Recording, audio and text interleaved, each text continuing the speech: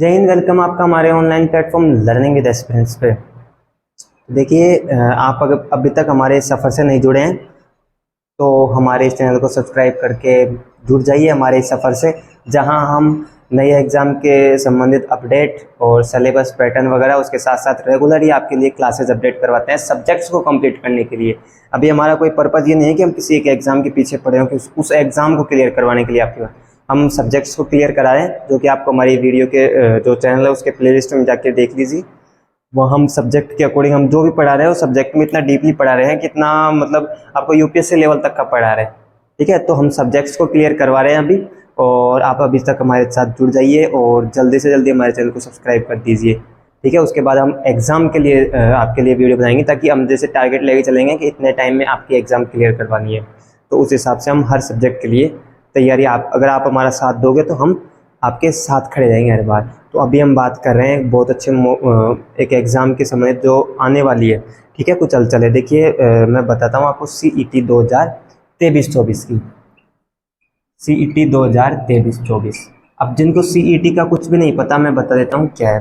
देखिए, राजस्थान की जो भर्ती परीक्षा है उनके लिए गवर्नमेंट ने एक नियम किया था कि CET 2023-24 इसकी बात कर रहे हैं, लेकिन उससे पहले CET 2022-23 की एग्ज़ाम हो चुकी है। अब भर्ती परीक्षा में गवर्नमेंट ने ये किया था कि भाई अब क्या करना पड़ेगा, अब किसी भी एग्ज़ाम के लिए आपको पहले एक कॉमन एलिजिबल टेस्ट देना पड़ेगा। कॉमन एलिजिबल टेस्ट में उसमें आपको एक पेपर दिया जाएगा जो कि RS लेवल का है। ठीक है, जो एग्ज़ाम दे चुके हैं पिछली वाली CET उनको पता है। साथ में साथ यह एक पात्रता परीक्षा होगी ओनली फॉर, यानी कि आपको इसको एक टेस्ट होगा जिसको आपको एकदम क्लियर करना है। इसके बाद में क्या होगा, आप इसके एग्ज़ाम दोगे, उसमें मार्क्स जो पिछली बार एग्ज़ाम दिए उनके सबके मार्क्स रिजल्ट आ चुके हैं, उसमें आपको मार्क्स दिए जाएंगे। ठीक है, कि आपको कितने मार्क्स आए। उसके बाद में बोर्ड जो भी बोर्ड है, जो भी विभाग है, वो अपनी वैकेंसी निकालेगा। जो वैकेंसी निकालेगा उसमें वो ये डिसाइड करेगा। बोर्ड ने पहले ही बोल दिया था कि आपको उन जो रिक्त पद होंगे उनके या तो 15 गुना, ये बोर्ड डिसाइड करेगा, या तो 15 गुना या 40%। ये बोर्ड डिसाइड करेगा कि अगर जिनके CET में जितने नंबर आ रहे हैं वो इस भर्ती को दे सकता है कि नहीं दे सकता। और उसका उदाहरण आप देख चुके होंगे, अभी जैसे जूनियर अकाउंटेंट वगैरह की कई ऐसी भर्तियां हैं, और सबसे बड़ा मुद्दा पटवारी का चल ही रहा है, आपको पता है। तो सभी को पता होगा जिनको थोड़ा बहुत कि भाई क्या मैटर चाहिए CET वाला, तो यही बात है। जो CET की एग्ज़ाम है, अब कुछ ऐसे भाई थे जो 2022-23 की जो CET थी वो नहीं दे पाए थे, पहली बार दी थी, तो हो सकता है नंबर में भी कुछ समझ में नहीं आया हो, तो नंबर का भी कुछ लोचा रह गया हो। तो कोई दिक्कत नहीं है, CET अगर आप 2022-23 की नहीं दे पाए तो आपके लिए एक सुनहरा मौका ये है कि CET 2023-24 बहुत जल्दी आने वाली है। क्योंकि CET जैसे आपको पता है, जैसे गवर्नमेंट ने कहा था कि रीट हर साल होगी, तो CET भी हर साल होगी। CET हर साल इसलिए कराना जरूरी है क्योंकि आप एक तरफ बोल दिया, आपने बोल दिया कि भाई हम हर एग्ज़ाम में उन्हीं कैंडिडेट को करेंगे जिनकी CET होगी, चाहे वो 40% या 15 गुना। लेकिन यार जब ये था कि भाई 12th वाला जो स्टूडेंट है जो 12th की एग्जाम दे रहा था उसको नहीं पता था।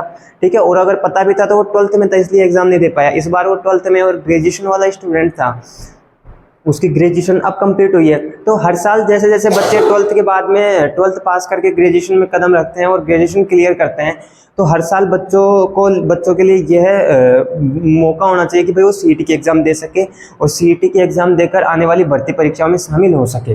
तो इसके लिए गवर्नमेंट हर साल CET कराएगी। और आपके लिए 2023-24 के लिए ये है कि बिग अपडेट कि भाई CET 2023-24 का नोटिफिकेशन बहुत जल्दी आने वाला है। सिलेबस वगैरह कुछ चेंज नहीं होगा, जो कुछ पहले था सब कुछ पैटर्न वगैरह सब कुछ वही रहेगा। हाँ, इस बार नेगेटिव मार्किंग हो सकती है, पिछली बार वो था इसलिए नेगेटिव मार्किंग नहीं थी, इस बार नेगेटिव मार्किंग हो सकती है, तो चांस है। और बाकी एक बार ये हो रहा है कि जैसे RS जैसी भर्तियों को छोड़कर, RS जो बड़ी परीक्षा है जो उनको छोड़कर जिनके जैसे 2 या 3 चरण होते हैं कई भर्तियों के, भाई जैसे प्री मेंस इंटरव्यू वगैरह जो भी भर्तियों के इतने चरण होते हैं, उन वाली एग्जाम्स को छोड़कर जैसे वीडियो वगैरह की RPSC की जो एग्जाम्स है उसमें भी CET लागू कर दिया जाए, ऐसा चांस है। क्योंकि पहले ये था कि RPSC की कोई सी भी एग्जाम में CET नहीं चाहिए होगा, लेकिन वो चांस है आपकी बार हो सकते हैं। ठीक है, तो आप CET के एग्ज़ाम के लिए बिल्कुल तैयार रहिए। अब सही बात है भाई, CET के एग्ज़ाम के लिए आपके पास 1 साल समझ लीजिए आप, 1 साल का जो सिस्टम रहता है, 1 साल में आपको CET के एग्ज़ाम के लिए आपको पढ़ना वही है जो RS प्री का सिलेबस है, ठीक है। अब हमारी अगर आप चाहते हो तो भाई सीईटी की एग्ज़ाम अगर आप एक साल में मतलब बिल्कुल आप इस तरह देना चाहते हो कि वो हमेशा के लिए रहे, क्योंकि सीईटी में आप एग्ज़ाम दे रहे हो उसका एक सिंपल सा रूल मैं बता देता हूँ आपको। देखिए सीईटी वैसे तो हर साल लगेगी, लेकिन ये नहीं है कि भाई आपने एक बार सीईटी दी तो एक साल बाद में फिर आपको सीईटी देनी पड़ेगी, वो आपकी मर्ज़ी के ऊपर है। अगर आपके नंबर कम आ रहे हैं तो आप अगली सीईटी दे सकते हो और उस सीईटी में आप अपने नंबर बढ़ा सकते हो, ठीक है। और उस अगर आपको उनसे भी अच्छे नंबर चाहिए तो आपकी अगली सीईटी दे सकते हो आप, ठीक है, हर अगले साल वाली। अब आप सोच रहे हो कि यार जैसे पिछली एग्जाम में मेरे नंबर थे और इस बार मैंने एग्जाम नंबर बढ़ाने के लिए सीईटी की एग्जाम दी थी, लेकिन क्या हुआ मेरे इस बार नंबर कम रह गए, पिछली एग्जाम में ज़्यादा थे, तो मेरे कौन से नंबर माने जाएंगे, इस बार वाले या पहले वाले?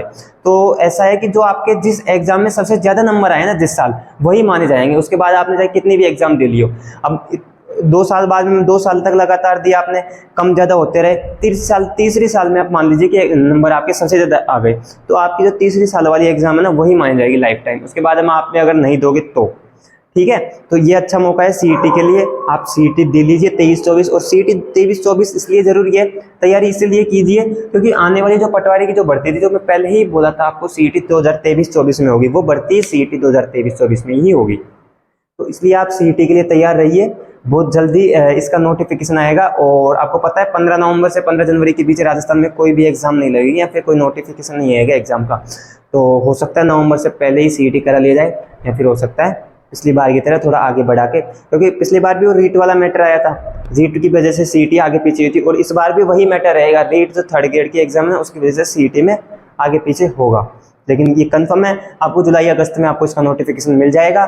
उसके बाद में आपके पास कुछ ही महीने होंगे तैयारी करने के लिए, 30-40 दिन मान लीजिए खींच के, और सिलेबस RS प्री जितना है, तो लग जाइए सीईटी में। आपके पास नोटिफिकेशन आ चुका है, और इस वीडियो को शेयर करके आपके उन तक पहुंचा दीजिए जो वेट कर रहे हैं, जो एग्ज़ाम का वेट कर रहे हैं, क्योंकि आप सीईटी क्वालिफाई करोगे तब ही एग्ज़ाम दे पाओगे आगे वाली, ठीक है। और सीईटी के सिलेबस के लिए अगर आपको चाहिए तो हम आगे वीडियो बनाएंगे, और मिलते हैं हमारी नेक्स्ट वीडियो में। तब तक के लिए जय हिंद।